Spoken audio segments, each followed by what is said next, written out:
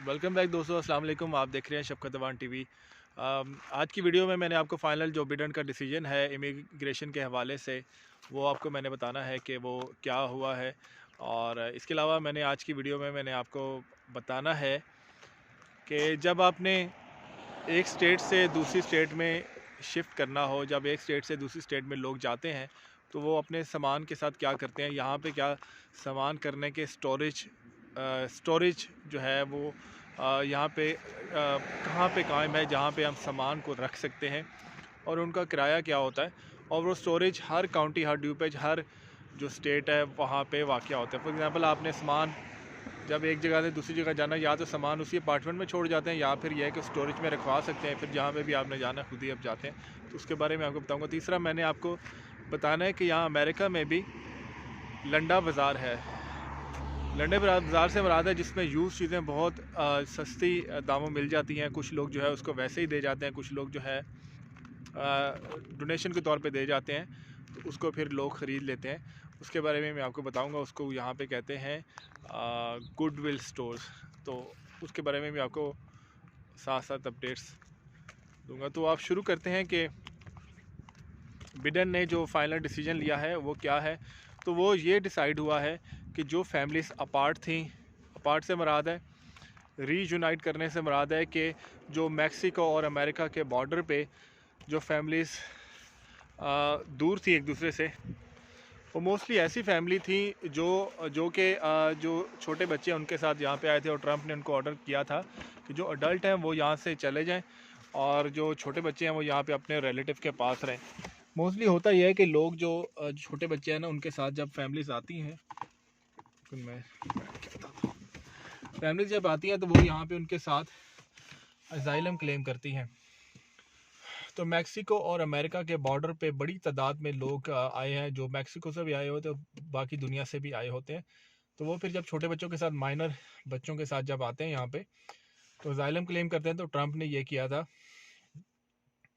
कि छोटे बच्चों को यहाँ पे अमेरिका में रिलेटिव इधर ही रख लिया था, और दूसरे जो थे उनको डिपोर्ट कर दिया था, जो अडल्ट थे, जो बड़े थे, जो असाइलम के लिए क्लेम कर रहे थे। तो बिडेन एडमिनिस्ट्रेशन ने क्या डिसीजन किया है, इन्होंने ऐसे किया है कि फौरी तौर पे उनको जो है वो उनके जो बच्चे हैं उनके पास उन्होंने रहने का हुक्म दिया है। ना सिर्फ रहने का हुक्म दिया, बल्कि उसके साथ वो लोग जो डिपोर्ट हुए थे उनको जो है ग्रीन कार्ड भी इशू किया जाएगा। तो ये पहला ये डिसीजन था बिडेन एडमिनिस्ट्रेशन का। और दूसरा इन्होंने जो है पब्लिक चार्ज के हवाले से था। पब्लिक चार्ज में जो है ना, फैमिली बेस इमिग्रेशन होती है ना, जो फैमिली स्पॉन्सर करती है मुख्तलिफ मुल्कों से। तो पब्लिक चार्ज ये रूल था कि जो लोग, जिन पे शक था कि यहाँ पे आके हेल्थ केयर और दूसरे जो पब्लिक बेनिफिट है ना गवर्नमेंट के, एड वो लेंगे, तो उन्होंने कहा था कि ये एड लेंगे तो इनकी जो वीज़ाज उनको रिजेक्ट किया जाए। तो बिडेन ने उस पर जो है ना वो नरमी की है कि उसको जो है ना देखा जाए, जो पब्लिक एड जो है, पब्लिक एड वाला जो है ना, उसको उसकी बात की गई है कि वो इन्फोर्स ना किया जाए। और तीसरा जो बड़ा इंपॉर्टेंट, मोस्टली दोस्त जानना चाहते हैं कि वीज़ा इमिग्रेशन वो खुले हैं या नहीं खुले। अभी मार्च 31 तक तमाम किस्म के वीज़ा इशू होने पे बैन है, जिसको वैसे ही रखा गया। उसके बारे में कोई भी जो है ना बिडेन ने एक्शन नहीं लिया गया, क्योंकि खदशा ये जाहिर किया जा रहा था कि इसका ताल्लुक जो है इकनॉमिक से है, इकानमी से है, यूएस की इकानमी से है। तो वो जो इकानमी है, इकानमी उसी तरह ही है। तो इस वजह से ये जो बैन है अभी वो रहेगा 31 मार्च तक। तो जैसे ही मे भी के दरमियान में फिर कोई एग्जेक्टिव ऑर्डर करके ख़त्म कर दे तो फिर मैं अपडेट करूँगा, लेकिन फ़िलहाल 31 मार्च तक इस बैन के बारे में कोई ऐसा नहीं कहा गया कि इसको हम ख़त्म कर रहे हैं। तो वीज़ा उसके बाद इशू होंगे। खैर, फरवरी का मंथ शुरू हो गया और मार्च का भी आ जाएगा, तकरीबन 2 मंथ हैं। तो ये थी बिडेन का डिसीजन के बारे में। दूसरा मैं आपको बताऊं कि जब यहाँ पे आपने घर जब चेंज करना है, तो उसमें सामान जो होता है ना, कुछ लोग यहाँ अपार्टमेंट में छोड़ जाते हैं, कुछ सामान के लिए ना यहाँ पे जगह बनी होती है हर जगह पे काउंटी में ना, जिसको स्टोरेज बोलते हैं। स्टोरेज आप मुझे कहेंगे तो मैं किसी दिन वो विज़िट भी करा दूंगा उन स्टोरेज का। तो उनके जो रेंट होते हैं ना, जैसे एक कमरे का है 10x6 का है, 10 फुट और 6 फुट, इसके अलावा तकरीबन 20 फुट और 10 फुट, इस तरह से मुख्तलिफ लेंथ की होती है। तो मिनिमम रेंट जो होता है ना $50 पर मंथ तक होता है। जो बड़े होते हैं उनका फिर $70-80 होता है। तो जितना सामान होता है आप उसमें पर मंथ वहाँ पे रख देते हैं, फिर जिस भी स्टेट में आपने जाना है काम करके आते हैं, फिर यहाँ से सामान आप शिफ्ट कर लेते हैं। पहला ये तरीका होता है। दूसरा होता है यहाँ पे लोग ना अपने सामान ना गुडविल दे जाते हैं। यहाँ का लंडा बाज़ार उसको बोलते हैं अमेरिका का। उस लंडे बाज़ार में लोग मुफ्त में चीज़ें देते हैं, लेकिन वो लंडा बाज़ार जो है ना लोगों को चीज़ें सेल करता है कुछ कम कीमत पे। तो बड़ी अच्छी चीज़ें भी मिल जाती हैं, जिसमें हो गए आपके घर के फर्नीचर हो गए। फर्नीचर भारी होते हैं, लोग नहीं उठाते, वो किधर ही फेंक जाते हैं।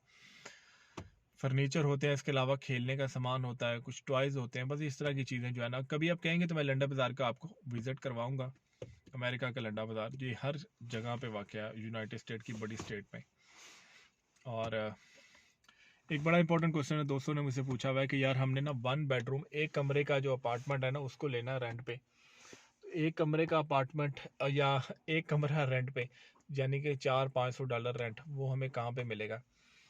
तो वो मैं आपको अपना तरीका बताता हूँ कि अगर मुझे ढूंढना हो तो उसका क्या तरीकाकार है। मुझे भी जो दो बताया था बंदों ने, मैंने कहा आपसे मैं शेयर करूँ कि अमेरिका में किसी भी जगह पे आप जाएं, 1 बेडरूम 1 जो 1 कमरा है ना, 1 कमरा वो शेयरिंग पे मिलता है। और शेयरिंग पे कैसे पता चलता है? तो वो ये होता है, फॉर एग्जांपल आप पाकिस्तान या इंडिया से या बांग्लादेश इधर से आए हैं, तो मैं अगर हूँ तो मैं सबसे पहले जो है ना, जो उधर की करीबी मस्जिद हैं जहाँ पे उस कम्युनिटी के लोग आते हैं, मैं वहाँ पे जाऊँ, वहाँ पे जा के एक इश्तिहार लगा दूँ कि मुझे 1 कमरे का चाहिए, या वहाँ पे लगा भी होता है। तो सबसे बेहतरीन नेटवर्किंग की जो जगह है वो मस्जिद है। मस्जिद में लोग आते हैं, वो एक दूसरे को जो है ना, ज़रूरत होती है, आपको कमरा रेंट पे चाहिए, किसी को कमरा रेंट पे देना होता है तो वो दे देते हैं। तो उसमें किचन भी बाज़ का इजाज़त मिल जाती है, बाज़ का नहीं मिलती, लेकिन $400-500 में मिल जाता है, शेयरिंग पे मिल जाता है। तो दूसरा ये तरीका ये करते हैं कि जैसे आप जिस कम्युनिटी के हैं जो भी, तो जैसे पाकिस्तान इंडिया बांग्लादेश इधर से है, तो वो यूँ करते हैं कि हमारे जो स्टोर होते हैं ना, ग्रॉसरी के स्टोर हो गए, इसके अलावा दूसरे बुटीक स्टोर्स होते हैं जहाँ पे लोगों का आना जाना होता है, वहाँ पे भी इश्तिहार लगा देते हैं। एक बना होता है बोर्ड जहाँ पे लोगों की अपनी ज़रूरियात, किसी ने रेंट पे देना है, किसी ने रेंट पे लेना है। क्योंकि हमारा जो है ना वो जो चीज़ें सेम होती हैं, तो वो फिर एक दूसरे के साथ थोड़ी सी आसानी रहती है, क्योंकि कुछ लोग नहीं चाहते कि उनके बेडरूम में, कमरों में कोई जो है ना शराब या इस तरह का कल्चर वाला हो। तो वो फिर उसी के लिहाज से अकॉर्डिंगली चीज़ें वो बताते हैं। तो 1 बेडरूम का अगर ढूंढना हो किसी जगह पे, तो उसका ये तरीक़ाकार होता है, मसाजिद में जाएं, यहाँ जो उधर के जो ग्रॉसरी स्टोर्स हैं या जो परचेजिंग के जगह है, तो वहाँ जाके अपना एक बैनर लगा दें, तो फिर वो मिल जाता है लोएस्ट प्राइस में अपार्टमेंट। तो ये चीज़ें थी, मैंने इमिग्रेशन का बताना था, फाइनल डिसीजन का।